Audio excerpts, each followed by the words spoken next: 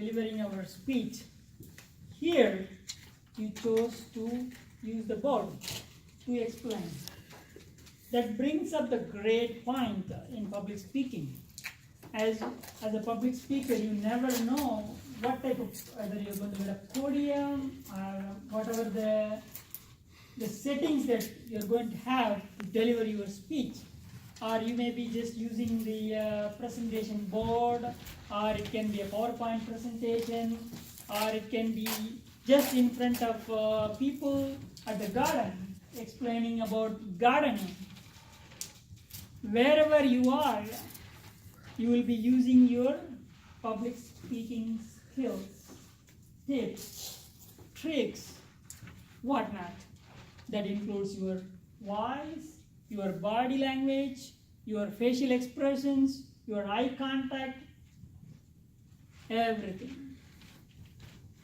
As you started your speech, you started explaining about how to build a fire. What are the important things that part of the building fire? You showed making a small round. Think about it, if you have a very blank space and you're just putting a round, sometimes when even great speeches that I have listened, they just put a small round and they ask, what do you see? They will just think about only that small round always. They will immediately say, you are not seeing a big picture here. See, that's how I see it. You're putting a small round and then you started the speech.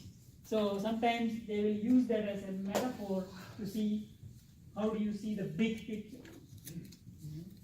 So those are the drawings will help to express and convey those information.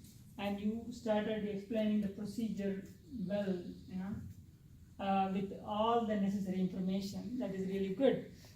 And moreover, when you're moving from one topic to another, say for example, like oxygen to fuel to heat, you pause it for a moment without explaining or without saying ahs and ums or anything. That is really good.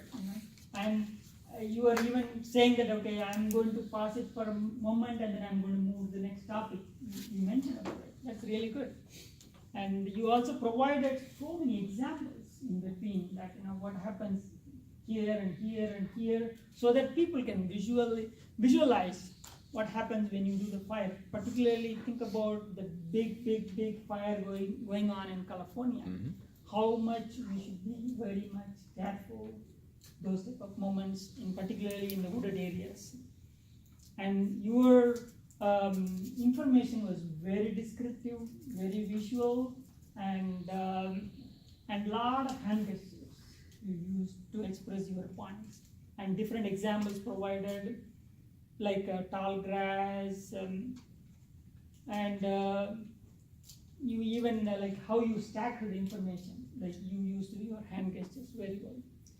So overall, and moreover, the most important thing, you mentioned about a lot of precautionary measures that you should take during those fire operations. That is very well received. Yeah.